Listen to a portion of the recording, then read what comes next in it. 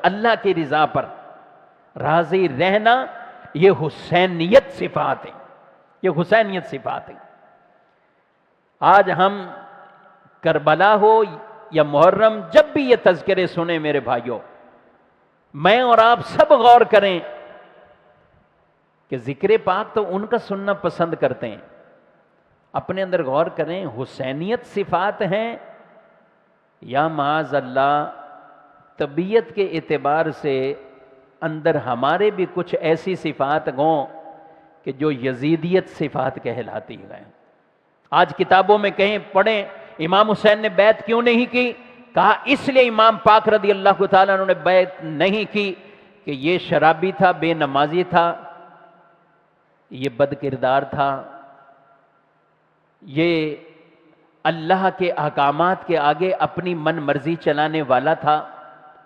یہی چیزیں ملیں گی یزید کی وہ صفات جس وجہ سے امام پاک نے کہا کہ یہ اس قابل نہیں اس کی بیعت کی جائے۔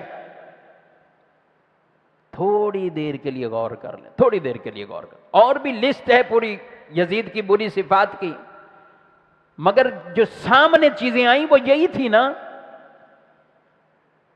حسینیت صفات کیا ہیں؟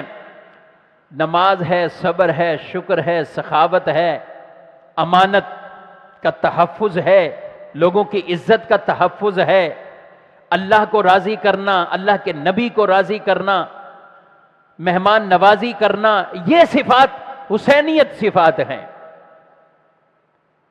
اور دیگر اس طرف چلے جائیں، امام حسین کی تو نماز اس وقت بھی نہ رہے کہ جب سامنے دشمن تلواریں لے کر کھڑے ہو جائے۔ اور حسین سے محبت کرنے والے وہ اپنے کاروبار کو 10 منٹ کے لیے یہ نہ کہیں کہ میں نماز پڑھ لوں، کاروبار تو ہوتے ہی رہیں گے، نماز پڑھ لوں، وہ یہ بھی نہ کہہ سکیں۔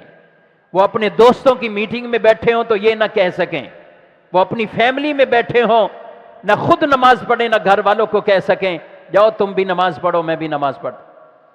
صحابہ کی صفات تو ایسی ہوتی، بلکہ اللہ کے نبی صلی اللہ علیہ وسلم کے بارے میں ازواج مطہرات کہتی جب نماز کا وقت ہوتا تو ایسے لگتے ویسے کسی کو جانتا ہی نہیں ہے، یہ بس اب ایک ہی کام ہے نماز ہے، اب کسی کو جانتا ہی نہیں ہے۔ یہی اہل بیت اطہار کی صفات تھیں۔ تو یہ حسینیت صفات ہیں میرے بھائیوں۔ دوسری طرف وہ بری صفات ہیں، تو یزید سے نفرت ہے، ہر اس شخص کے دل میں یزید سے نفرت ہوگی جس کے دل میں اہل بیت کی محبت ہے، وہ کبھی بھی یزید سے محبت کرنے والا نہیں ہوگا، لیکن نفرت کے ساتھ ساتھ ان اعمال سے بھی نفرت کرے جو یزیدی اعمال کہلائے، ان صفات سے بھی نفرت کریں جو یزیدی صفات کہلاتی ہیں۔ اللہ نے آپ کو منصب دیا ہے تو اہل بیت کا کردار ادا کریں، حضور کے خلفائے راشدین کا کردار ادا کریں، یزیدی صفات اپنے اندر پیدا نہ کریں۔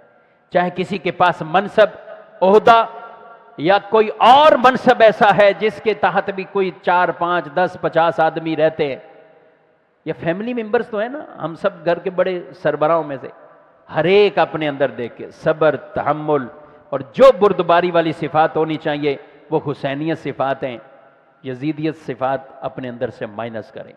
یہی پیغام کربلا ہے۔